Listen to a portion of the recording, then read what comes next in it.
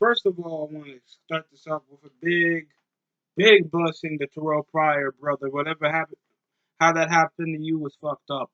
Hopefully, you feel better 100% in the future, and hopefully, I get to see your ass play football again, bro, because you're a fun guy to watch.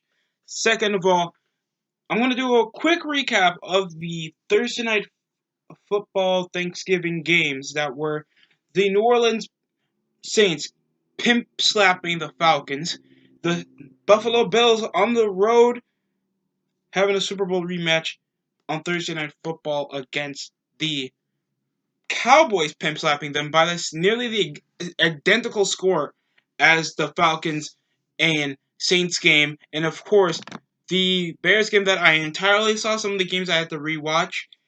The Bears and the Lions that were earlier in the afternoon because I had to eat dinner and shit. So my family wanted to watch something else. But that's besides the point. We are now in week 13. We are in closing up near the NFL season where there's merely 5 games to play for most teams. So if we can just sum it up for you in this correct note, most of the teams that played are either not in playoff contention, sub 500, or one at least a contender for a Super Bowl, and that's the New Orleans Saints. Playoff contender enough could make it to an AFC championship, could be the Buffalo Bills. The Bears are still inconsistent as fuck, and I had the Lions winning until they screwed up a 14-7 lead going into the first half, where it took their third string quarterback to put up some average passing numbers, giving it over to their receivers for decent route running plays, and they were actually doing well over third down conversion. While it was hard to even see Mitchell Trubisky throw a decent fucking completion until he summed it up, chucking it over for decent plays for first downs over to Taylor Gabriel and running it out. Pretty much the defense saving the game like it always does. Watching the Bears play football is so antagonizingly bad because you know the talent they have on the field, but you know how shit they really are. It's sad. Cole Beasley, former uh, Cowboys slot receiver, comes a veteran receiver, comes out pimp slapping the Bills. Dak Prescott could barely throw a complete pass. Rushing was a complete oversight by the Cowboys, and the Falcons played like absolute shit with at least, I think Matt Ryan got sacked 5 times. Cameron Jordan collected 2 fumbles, and Michael Thomas only had 1 drop pass for nearly his career. That is scary. The Saints are scary, and you guys know it as well as I do. How Michael Thomas had over 200 games he's played for most of the NFL season. For his NFL career, almost he has rarely dropped a pass. That's Julio Jones level of consistency, and Julio Jones was barely even attempted over the night. And even if it does, it was like a late touchdown pass they had when they were down 12, and they remained scoreless for nearly 3 quarters. I did have the Bears beating the Lions. I had the Bills beating the Cowboys, and I obviously had the Saints going for the Falcons. And most of these were road wins. Even though the Lions were supposed to take advantage, thanks they're usually fun in Thursday night on Thanksgiving. But they are shit. Their team is shit. Darius Slay should kill himself. No, it's not like I have anything against him. It's legit. He really needs to end his fucking life. It's depressing when you're one of the best players on the Lions. No Matthew Stafford. I think their second string quarterback did make some big little mistakes over the course of the game. But other than that, it was pedestrian. He was starting. And if we look at this NFC North, the Bears can't contend even if they tried within their next 3. Because they would still have to suffer being 6-8. They're 6-9 if they come to contend with the Vikings and the Packers. We know the Packers are in a dogfight for who's going to win the NFC North title. And the Lions are just below 500, and yet they're shit. The Bears are sub 500 because they had an easier record for the past 4 games. the Saints obviously gonna roll down this NFC South. This is obviously a pedestrian game. The Falcons are mediocre. Or shit. The Buccaneers are mediocre. The Panthers are on and off because of their defense, and they don't have that much selectivity over their offense other than an average system QB, one of the best running backs in the league, and an offensive line that can't block him for shit. Same thing goes for Matt Ryan. That's mainly why his receiving core is shit. His defense is incredibly overrated and fallen back since 2016. And by God, watching Falcons football wasn't like it was supposed to 3 years ago when they were actually Super Bowl contenders and supposed to be the successors over the Dirty Birds from the late 90s Atlanta Falcons that were supposed to breeze by the Denver Broncos when Elway was still the QB. And fuck me, that did not happen when we still had Reggie White, how we ruined Tony Gonzalez's late years in the NFL, and their best player is Desmond Trufant. Other than that, it's not that worth it. We got the Bills that are trailing second best, going over a 9-6, and they thought it was a bigger upset because it was the Buffalo Bills. They're not the most successful team in the NFL. They have no Super Bowl wins next to the Miami Dolphins. I know, I mean, they're the only team in the AFC East without a Super Bowl win, while at least the Jets have one, the Dolphins have two, and the Patriots have like 7. No, 6. And going over all of this, they're still 9-3. They have a young defense. Josh Allen has his physical ability to utilize and his leg ability. He can throw the football. We noticed over the course of the season. They're above 500, and you should not underestimate the Bills. I think that was the reason why most teams were losing. They can't rush over the QB, thanks he has the size and ability to pass.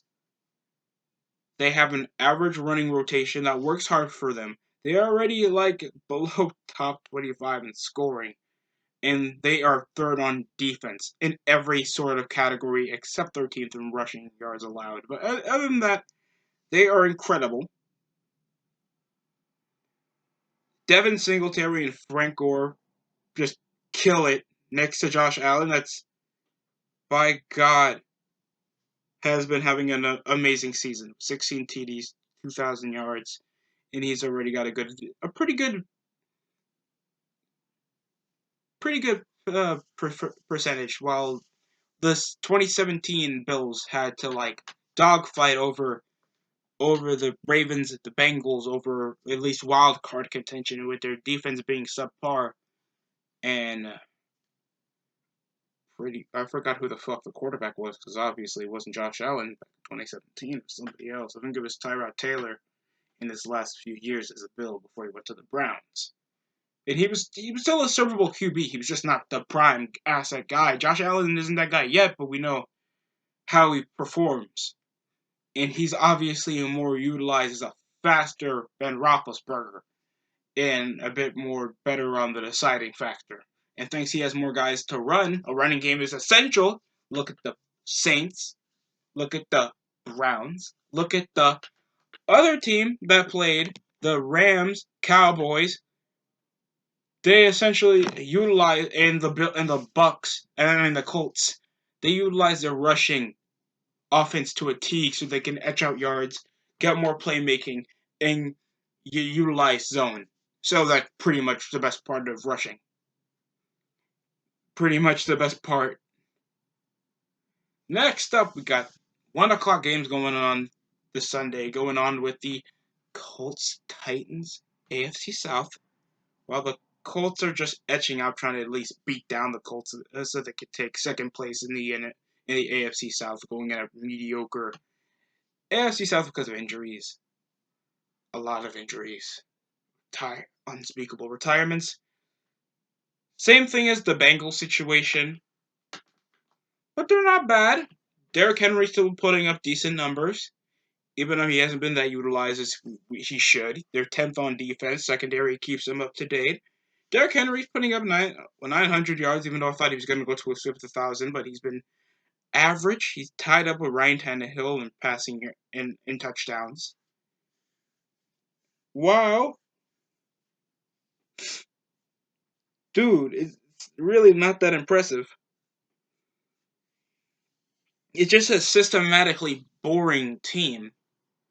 Tennessee is not a fast-paced offense. That's why Tannehill fails to contribute. And their offensive line is pretty mediocre, and it only goes up to we're not a system where we can just utilize a mobile quarterback, or unless you're Steve McNair, where we can utilize both. Mariota has an average arm, and he's not that well done in the pocket. That's why he's kind of shit. And Jacoby Brissett has at least some attributes that make him a quarterback willing for the Colts system and a better running rotation and a more disciplined defense. I'm putting up the Colts on this one by 15 or a field goal. If it doesn't happen, I'll slap myself in the face. And I promise you on week 14 predictions. So, next pick will be the Bengals facing off against the Jets. Well, the Jets finally edge up a win after losing the last 4 straight, while the Colts have been winless for the entire season. They have not won a fucking game. They have not won a game. They're the only team without a win. They're the only team without a win. You know how depressing that is? Your offense sucks. Your defense sucks. Most of you guys are overpaid. You're pieces of shit. Your front office sucks. You guys don't know when to keep or get rid of an owner or a head coach. You started over your former all-pro quarterback, ginger piece of shit, Andy Dalton, for Ryan Finley. You know, we really love trusting our players. Even though he hasn't been productive, and he's not the prime source of the failure of the Cincinnati Bengals. We know that, right? But thanks since the latter half of the season, we don't know much about this Ryan Finley except he puts up pedestrian numbers over the past 2 games he started. Why the hell are we starting Ryan Finley? Someone please explain that to me. I'm trying to get. I'm trying to understand, guys. I really am. I'm not trying to be ignorant as hell, but you're 0-11. You're 0-11. I'm not a Bengals fan in any sort of the mind, but you guys are 31 in offense and 27 on defense. Your pass rush is development, but it works. Drake Kirkpatrick has not produced a fucking cent. Joe Mixon at least is positive, but he's below. But I think he's one of the lowest rushing halfbacks in the entire NFL. He's putting up 9 touchdowns, but he's shit in passing. Dalton sucks, but at least he produces. Auden Tate is alright. Alex Erickson is alright.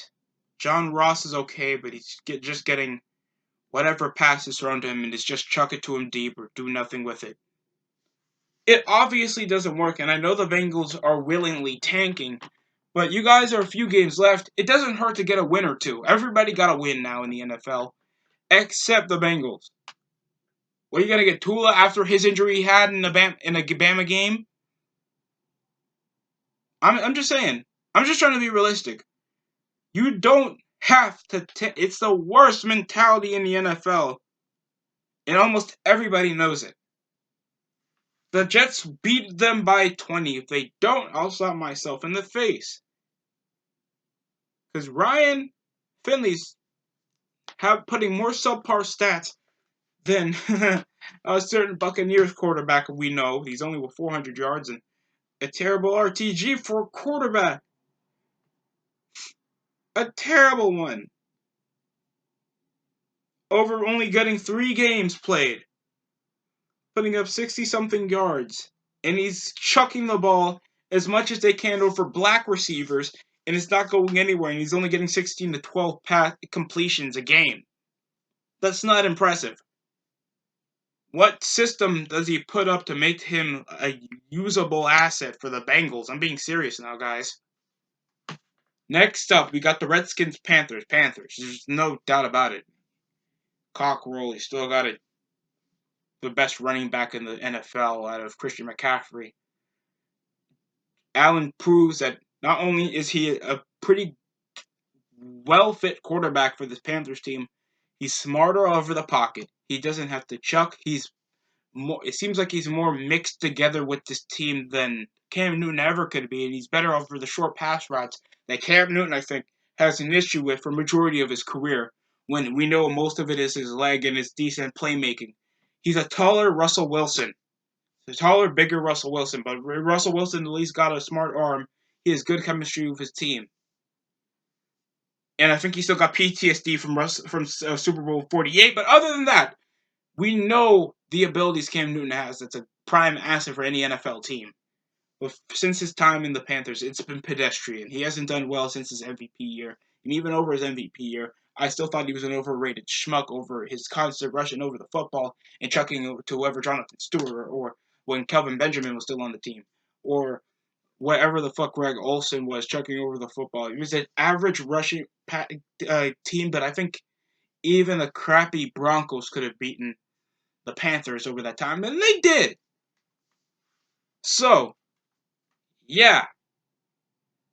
Next up, 49ers. Game of the week. We got the 49ers playing off against the Ravens. Could it be the best game of the year? Ravens already been having smash performances. They had against the Chiefs. They had against the Patriots. Giving the Patriots their first loss of the season. Is it possible the Ravens are contenders? In my opinion, yikes. They have very little playoff experience over losing Joe Flacco. They have an averageable defense. Marcus Peters does complement the Ravens well, and their rushing rotation have been maybe one of the best in the NFL, hitting over 2,000 yards in under 10 weeks. That hasn't been done since 70s football. And 70s football, like at least 70s to 60s football, has been run-oriented for a majority of football's run before the popularization of the pass back in the 80s, 90s to right now. So, going over this game is tough because I feel like the 49ers got a better balance. With Garoppolo moving over the football, they have a better offensive line than they did the past couple seasons. And the rotation isn't that bad, but it's going to be tough to stop a ball-hawking defense like that. I don't want to fucking pick my own team over the Ravens. It's the hardest thing to do, especially when you've been a fan of this for years. So, I'm going to say this.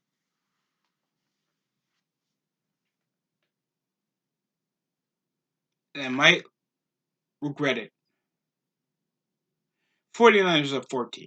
You can't stop a good defense. You can't stop a good pass rush. You guys don't have most pressure over the pocket. And some team that has an intimidating and one of the best defenses in the NFL, like the 49ers, you finally got a more fast-paced team that can equalize and stop Lamar Jackson from scrambling over the pocket. And that's going to be the funnest part of all. So, got the 49ers winning against the Ravens. Not biased, just my logic. Suck it. I know it's hopefully not logic. I'm praying to you that the 49ers will win at 1. Next, we got the Buccaneers, Jags in the big inter-conference matchup, but it's still Florida against Florida, so I guess it's interstate. But other than that, the intercity matchup, I guess I'll call it. So we got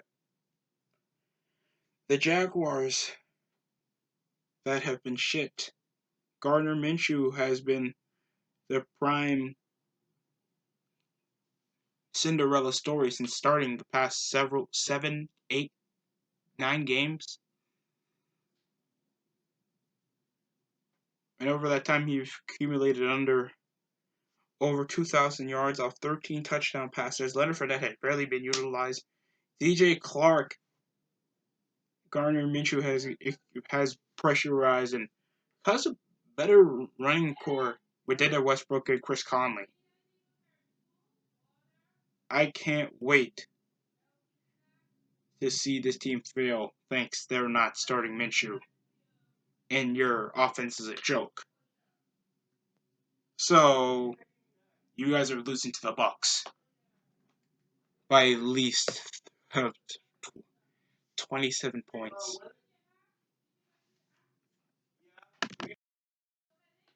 And seeing how the Browns have been playing, Steelers lose. Even though we're losing Myles Garrett, it's kind of tough thing to swallow, and better offense overall. Got the. I'm kidding. I have the fucking Steelers winning. You guys have no scary. That means you got no pressure over the pocket. And Mason Rudolph can utilize that and give it over to Juju. So this is gonna be a fun game. If stuff can go together better than how the Browns been playing, I have the Steelers winning. So yeah, Packers beat Giants. It's obvious. They have no injuries. Eagles Dolphins will be the Eagles. There's no chance in hell you're going to be seeing the fucking, even though how boring, dissatisfying, predictable, stupid, retarded, autistic Doug Patterson is with his coaching ability. You can't judge their talent. They have better talent, a better source of utilizing their players. Alshon Jeffrey is still a threatening top 20 receiver in the NFL. And Carson Wentz is still a threat over getting through a pedestrian defense like the goddamn Dolphins that can't tackle for shit. And you still have a good running core, and thanks to the shitty team, you'll utilize the running. Please utilize the running. I want to see Jordan Howard at least cough some stats up before the season ends. So, Eagles beat them by 27. Next up, Rams, Cardinals. Shit. Gotta cut that fucking shit out. And we'll be having the Cardinals have a fun game against the Rams that have been sadly inconsistent and trash. It's been the Seahawks and the 49ers racing for NFC Championship, while the goddamn Rams have been an afterthought ever since losing the Super Bowl. Most of their young guys getting took out, getting rid of Aqib Talib and Marcus Peters, getting rid because of how pedestrian their scheme is and how easy it is to utilize your mediocre Big Ten moving offense that just regards on Todd Gurley and letting Jared Goff chuck an in route or two or a deep threat, and how dangerous it is to see a slow ass defense like the Rams just play a more fast paced and I think a better overall team than them over the Cardinals. So the Cardinals, this does sound stupid because on paper the Rams are a way better team. But seeing how the Cardinals been playing, I have the Cardinals. I know if I get this wrong, I should get slapped in the face for this, but I have faith. The Cardinals have shown competitiveness. They have a faster and better off defense. They picked up better defenders. And Jason Pierre-Paul is still a good pass rusher. Pat Peterson's back. There's no chance in hell the Rams are winning this game without a better offense before they have to draft another system QB. So next up we have the Chargers against the Broncos in a rematch. Chargers, you have no Emmanuel Sanders. You have no cough-ups for anybody. So the Broncos are fucked. How shitty your offense have been for majority of this year would pale against the Chargers that practically need a win of this season right now, because we can just check it out right now. They're still off 5 games.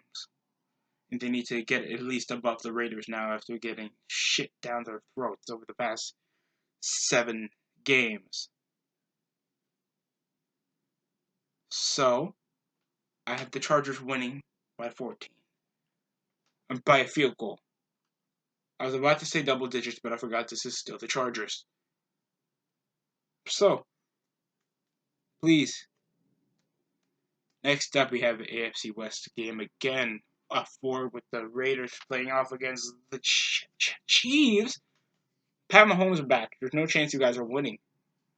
As autistic the offensive line has been for the fucking Chiefs, and Pat Mahomes just rushing out through the pocket and just trying to scramble for any edging out yards he can, he still gets them passes through, whether you like it or not. He's still going to beat the shit out of your goddamn defense, and the defense can hold its own, especially if a good defensive anchor like Tyrann Mathieu.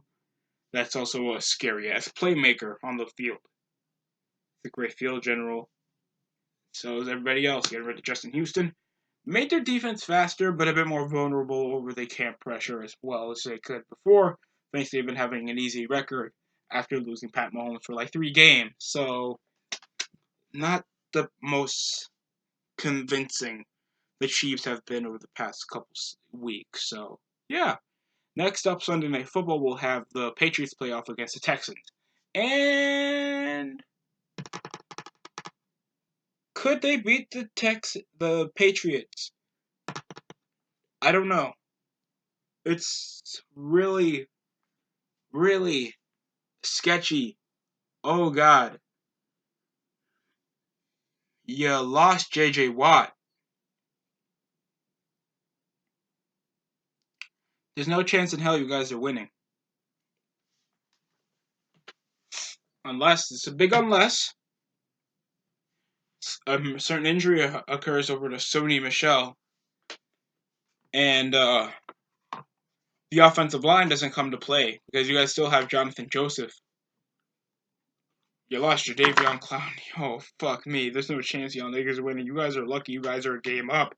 You guys lose by at least double digits or more against the Pats. You guys are kind of going to be second place in the AFC South. We don't want that, don't we? We don't know how on and off this team has been. You're still not getting through the Patriots, even though how pedestrian their defense is. The only thing keeping them apart is genius coaching and utilizing the secondary. And chucking over the football to Will Fuller. And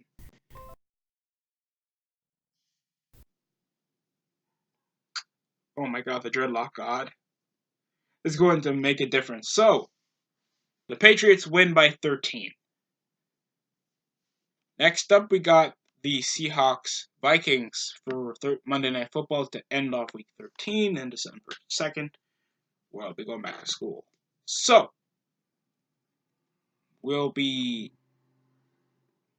it's going to be in my opinion, I feel like it's going to be the Seahawks make the Vikings again on prime time because I feel like they have the better overall team.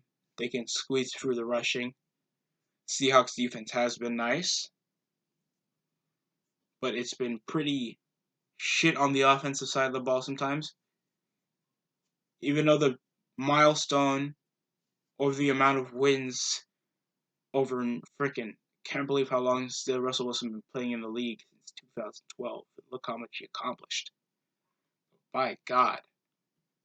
DK Metcalf isn't going to get through Xavier Rhodes, Anthony Barr. Oh my God. You can't touch them.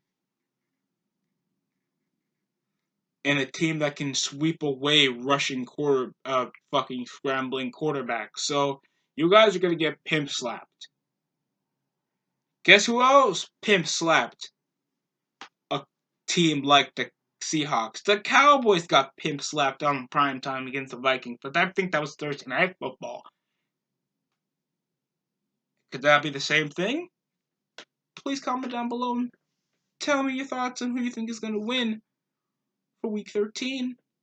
And obviously, playoff predictions will come like latter half, like Week 17, like Week 13, Week 4.